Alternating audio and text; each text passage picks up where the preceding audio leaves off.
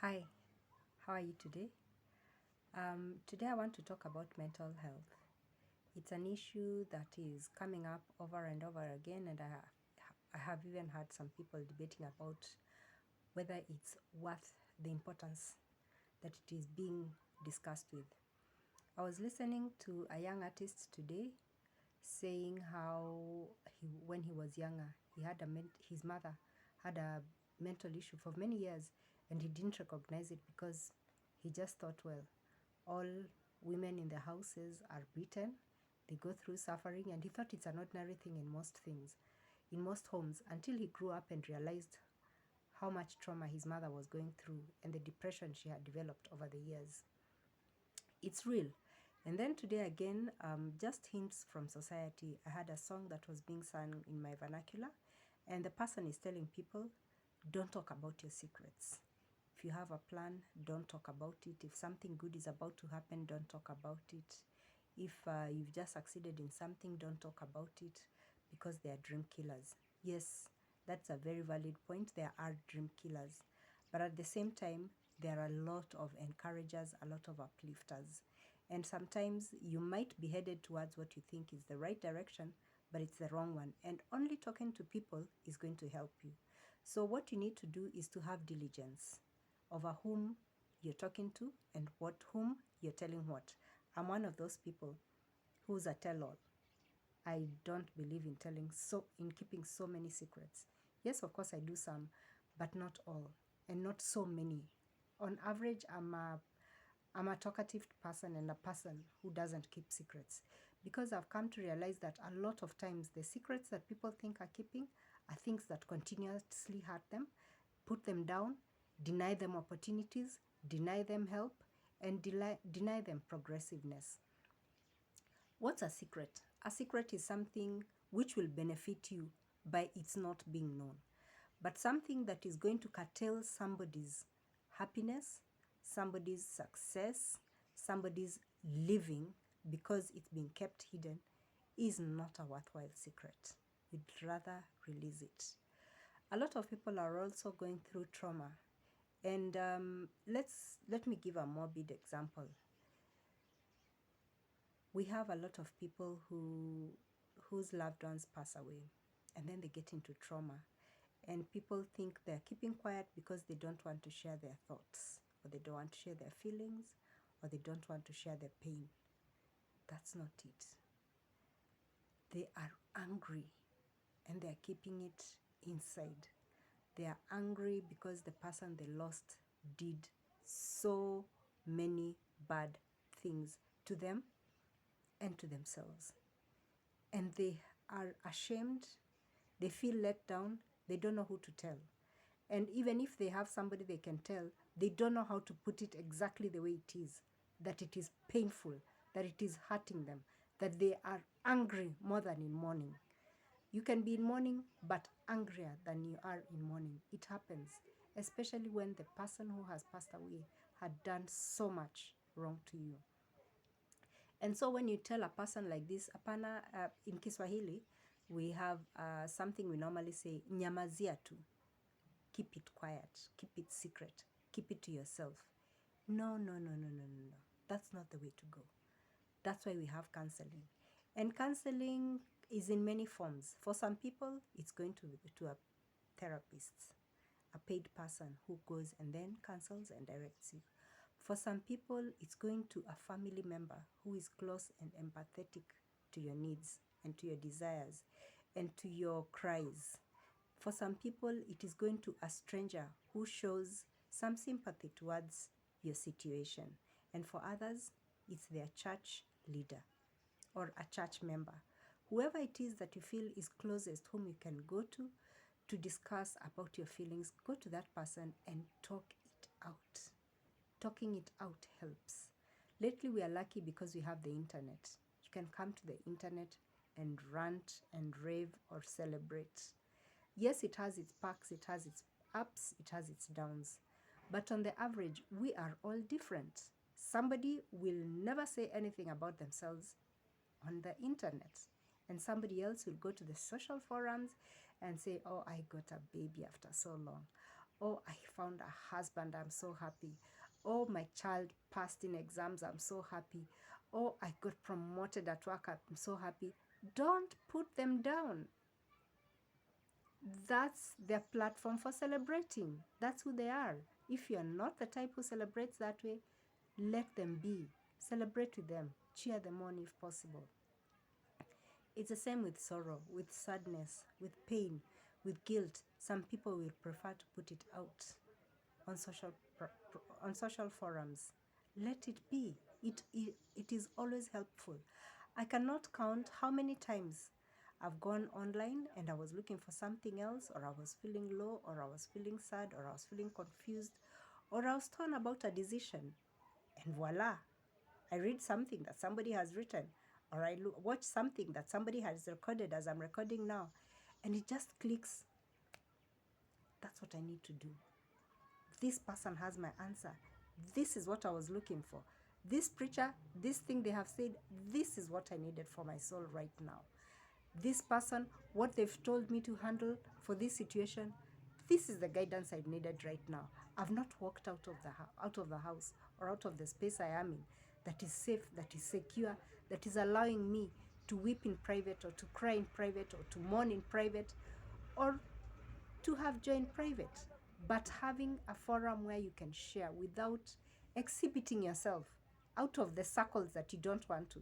Sometimes you just don't want to be with your friends, or you don't want to be with your family, but you want to be with people. The internet allows us to do this. And talking it out is very good for your mental health. Discussing issues, putting them out. Those who are able, write it. Those who are able, record it. It doesn't have to be a video tape. It can be even audio. You can record it audially and just listen. It's like when we listen to a beautiful song and it talks to your heart. Sometimes it's not even in a language you know. I know so many Lingala songs that we listen to as Kenyans. We don't have a faint idea about what they are about.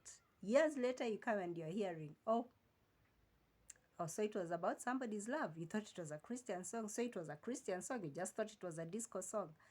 In one of the forums we have in Kenya, people, Kenyans are just jokers. And I love Kenyans because they have resilience and they have a sense of humor to overcome whatever problems they're going through.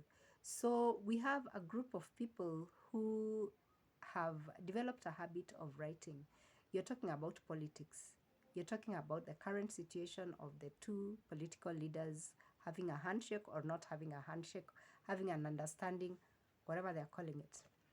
And somebody comes and says, I used to think, and that is normally followed by the most absurd, ridiculous comment that is totally unrelated to the topic at hand. And that's nice because it brings a break out of the monotony of what was being discussed. May it be political, may it be about the weather, may it be about social issues. It's nice, it's a break. We like that break. We get it a lot in music, we get it a lot in comedy. It's nice if you make a habit of going out to watch comedy. Even on TV, changing from your normal channels that you watch. I've spoken to a lot of women, and when women my age, 50, 57, thereabout, I'm 57. But when I walk and talk with women around my age and they tell me I'm so depressed, I don't know what to do with my life, I'm not feeling happy. Most of them, the kids are out of the coop like me. They're struggling, but they're not poor. They're probably living in their own homes or renting and comfortable, but there's something they're missing. And some of them will keep on telling me, what's with you? What do you do to get this excitement in life and to be able to get charged to do this and to do that? It's simple. I like diversity in everything I do. I'll not just talk to people who are straight and holy and religious and stand up in society. No, talk to everybody. Talk to the person who comes to farm for you. Talk to the person who cleans for you. If I go into a bus, sometimes I'll just start talking to somebody and gain familiarity. And during the bus ride, we might make friends. And I watch different things. Of course, I have the programs I like. There's some soaps I like. I like, is it Brazilian or Mexican soaps? Very much. I like South African soaps. I like Zambian, not Zimbabwean. I like Angolan shows. But when I go to the TV, I'll always search channels that I'm not usually watching. And I'll take a few minutes to watch. And in my mind, I'm thinking, there are so many people who watch this channel, probably millions. And my choice normally would be Flip. It's one of those preachers that have this gospel of falling down and swaying people. But I sit and listen and watch, and then I try to wonder, what is it that draws millions of people to this person? If it's a channel about comedy that I don't appreciate, I take time to watch it and look, and then I try to get into the minds of the people who enjoy that kind of comedy.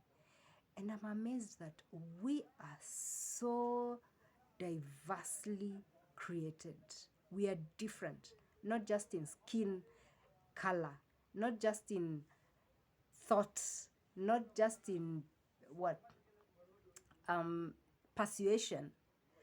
We are innately created to be different, each individual, beyond what we can see, beyond our genes and the way we dress and the culture and everything. Up here, this little thing we call the engine has so much diversity. So that two people may be looking at this video and it's just like, this woman is crazy. They're busy talking things. I don't like the way her hair is. Why did she wear a peach blouse? She should have worn, pink normally comes out better in these videos, or red. The background should have been this. Look at there's somebody who's just sitting and critiquing negatively.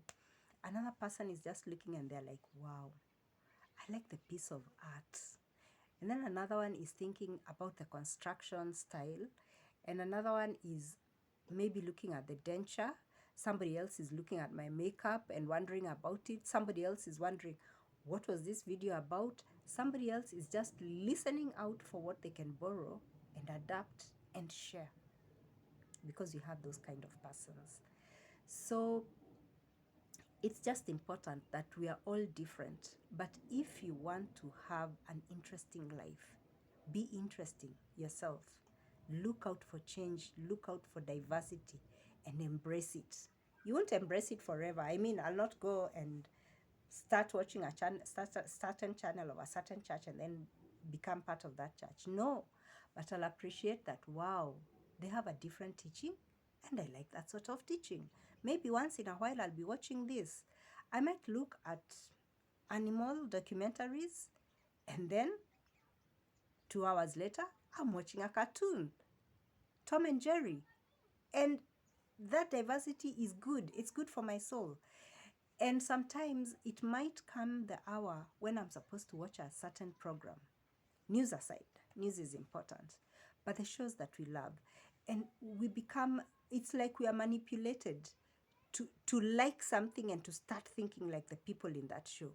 So it's a control of some sort. And if you want to draw yourself out of the box, out of that control, start thinking differently. Why must I watch the same program every day at 9 p.m.? What about if today I watched a different show? I watched it for the whole half hour that it's supposed to go. Just watch it. Maybe you've gone to somebody's house and that's what they're watching.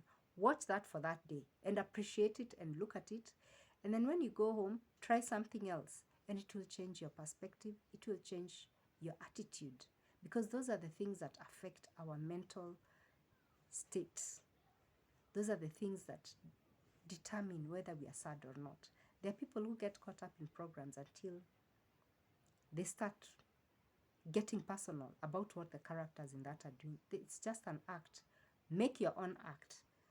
Be the starring character in that act, and predetermine and determine and act upon how you want your play to go. I'm wishing you that. For the children who are around us, who are watching the way we are, Do your best. Talk to them. Teach them that it's okay to talk. If it's the boys, show them it's okay to cry, and that it is good always to support others, whether they are women or girls or children. Do not go around telling boys that, you cannot wash dishes. You have to be a mechanic. You have to be. No. If he's good with artistic things and he's good with his hands, oh, they can go ahead and make people's hair. They can make people up, makeup. They can do nails. It's good that right now Nairobi has caught up what Kampala has done for years. Men do nails. So get out of the box. Talk to people, interact, socialize, and you'll be in a better place mentally. Most of all, learn how to pray for yourself. You don't have to be prayed for all the time. It's good to have society of church, but it's very important you yourself to know how to pray on your own, to tell God your innermost secret, because God knows you by name. He knows you to the last piece of hair on your head. So get into habit of talking to God personally. That helps a lot. And God answers in ways that nobody else will know, but you'll know. He touched me. God reached out to me. God heard me. He heard my cry. He heard my laugh. And when you have peace of mind, you'll find that it's so easy to laugh with God. To sit down and smile alone and people are like, what is it? And you're smiling and in your heart you're saying, oh God, you're so wonderful. You actually knew I was up to this trick, and either you tripped me or you helped me to carry it along. Because God, we serve a God of laughter, a playful God. Do not be lied to. Our God is not a stick welding God only. Our God has a motherly side where they love us the way we are, where they know we like to play sometimes, to joke sometimes, to do funny things, funny little things, to play tricks on people. And they love it because they know they made us that way. The playful nature in us, that's what they love. And that's why God says that the first people to come to heaven, we must be like this, the children. So be a child. Children rarely have mental issues unless we impose them on them. That's what I'm wishing you today, that you may be a child, a prayerful child. Be blessed. God bless. Toodles.